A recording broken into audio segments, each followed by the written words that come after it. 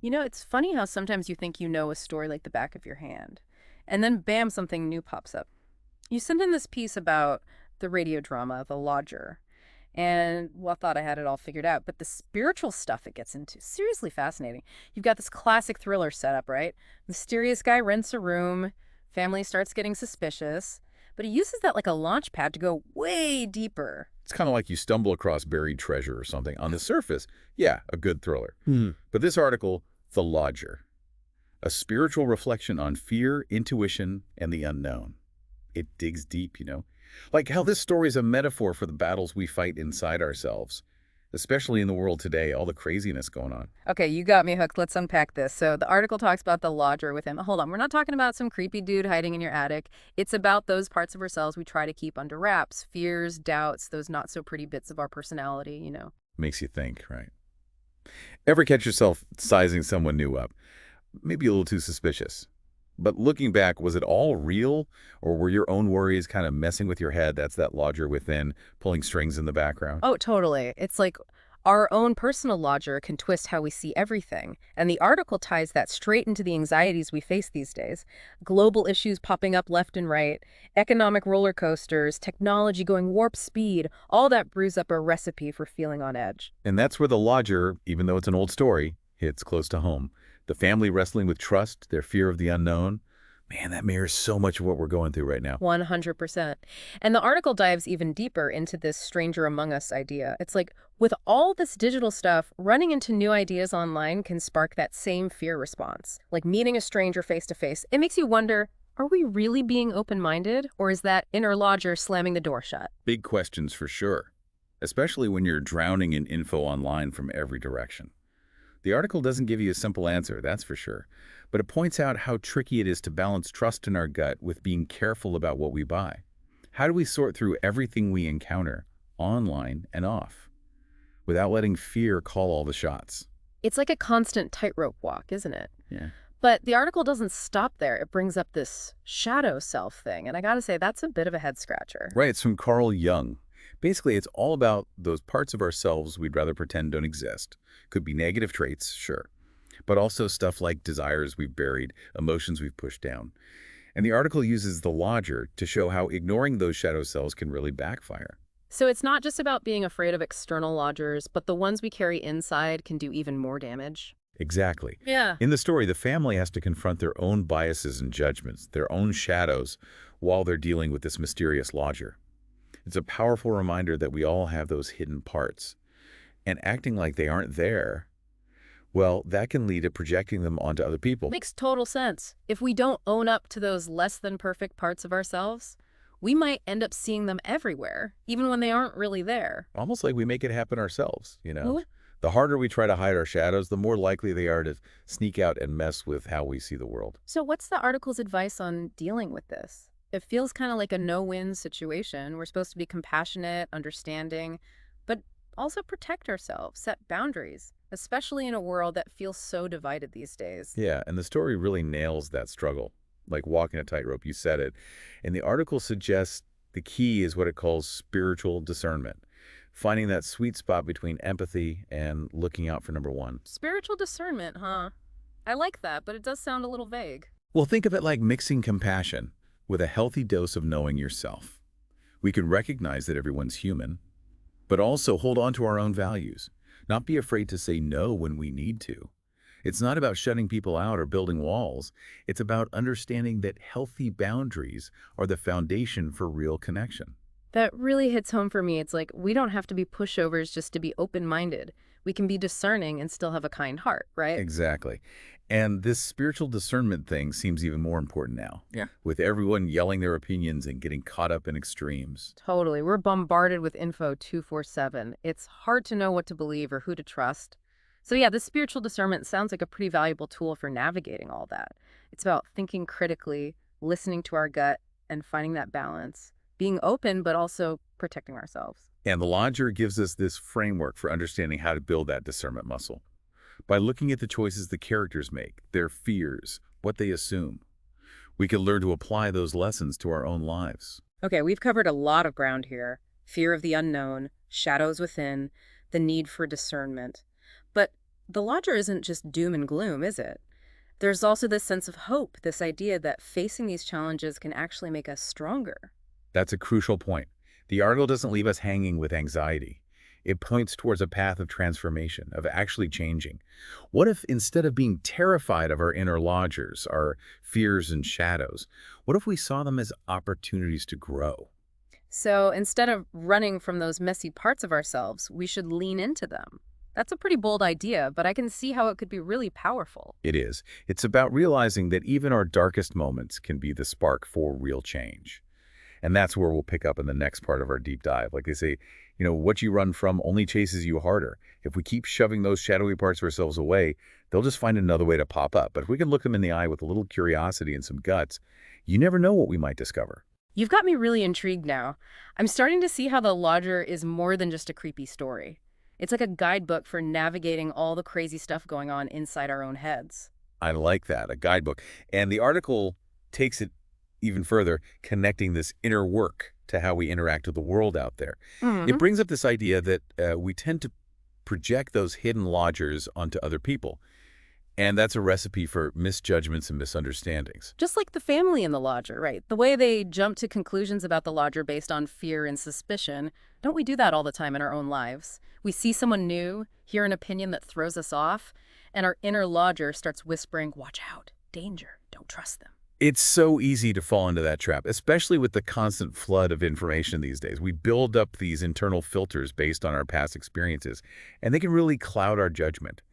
This part of the article really hit home for me. Made me think about how often I might be judging people or situations unfairly without even realizing it. That makes me wonder, how can we become more aware of those filters? How do we stop them from warping our perceptions in ways that could be harmful or just plain wrong? Well, the article suggests that cultivating that spiritual discernment we talked about can help with that. It's not just about analyzing things logically. It's about tapping into a deeper level of awareness. It's about learning to listen to your intuition, but also questioning what it's telling you. Like, where is this gut feeling coming from? Is it based on something real, or is my lodger within just projecting its own fears?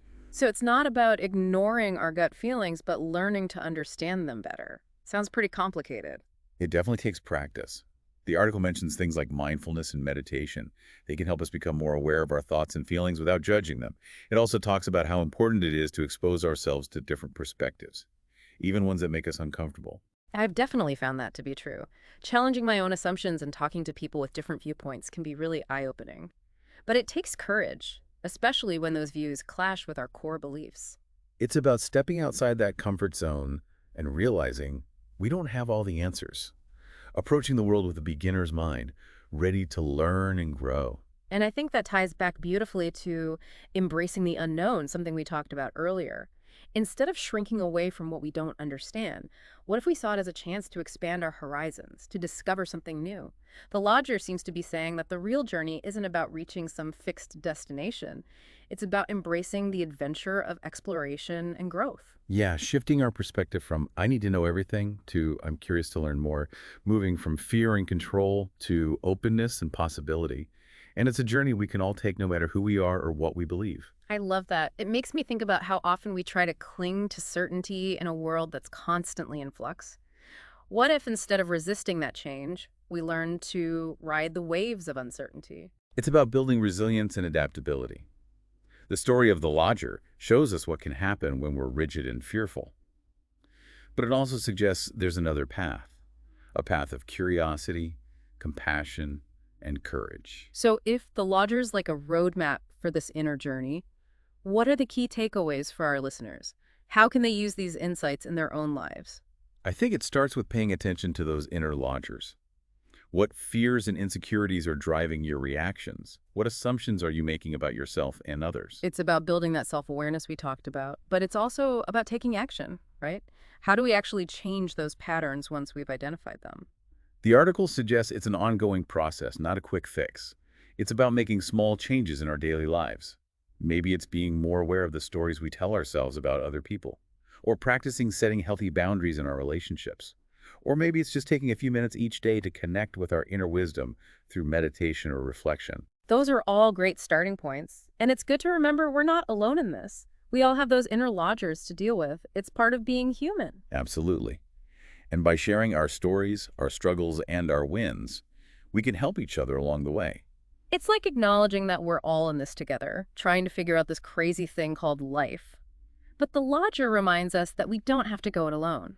We can learn from each other, support each other, and ultimately make the world a kinder and more understanding place. And that's where the real magic happens. When we move from personal growth to a transformation that includes everyone, the lodger doesn't just offer insights for individuals. It also hints at a bigger message about how we can create a more just and loving society. You're right. We haven't even touched on the social and political implications of this whole lodger within concept. Seems like there's a lot to unpack there. Absolutely. And that's what we'll explore in the final part of our deep dives. We'll look at how fear, intuition, and the unknown play out on a bigger scale, and how we can use these insights to make a positive difference in the world. It's wild how this radio drama, The Lodger, just keeps giving us more to think about. We've talked about personal anxieties, those hidden shadows, the need to be discerning, and now I'm really curious to see how all that plays out in the bigger picture, like in the world around us. Like we're zooming out from a close-up to a wide shot, right? Right. And the interesting thing is, those same patterns we see in individuals, they pop up in communities, nations, even globally. You mean like how the family in the lodger projected their fears onto the lodger, but on a much larger scale? Bingo. Think about how fear of the other, the unknown, the different, has fueled conflict and division throughout history. We see it in prejudice against other cultures, anxieties about immigration, even in the way people react to new ideas or technologies that shake things up. It's almost like that stranger among us concept becomes a blueprint for societal fears. Instead of one family suspicious of a lodger, we have whole groups feeling threatened by those who aren't like them. And the consequences can be pretty heavy. Just like the family's fear in the lodger could have led to harm or injustice, our collective anxieties can manifest in discrimination, violence, even war. That's a sobering thought. It really makes you realize how important it is to address these fears at their core, to develop a more understanding view of those we see as different. And that's where that idea of spiritual discernment, the one we talked about earlier, becomes even more critical. It's not just about personal growth anymore. It's about cultivating a collective awareness that can help us navigate these tricky social issues. So instead of reacting out of fear, we need to pause, think things through, consider different perspectives. It's like we need to use those discernment muscles as a society. You got it. It's about asking those tough questions. Where's this fear coming from? Is it based on facts or just assumptions and prejudice? What might happen if we act on this fear? And are there other ways to handle the situation? It sounds like we're talking about a major shift in consciousness, moving from a fear-driven society to one that's rooted in empathy, understanding, and a willingness to embrace the unknown.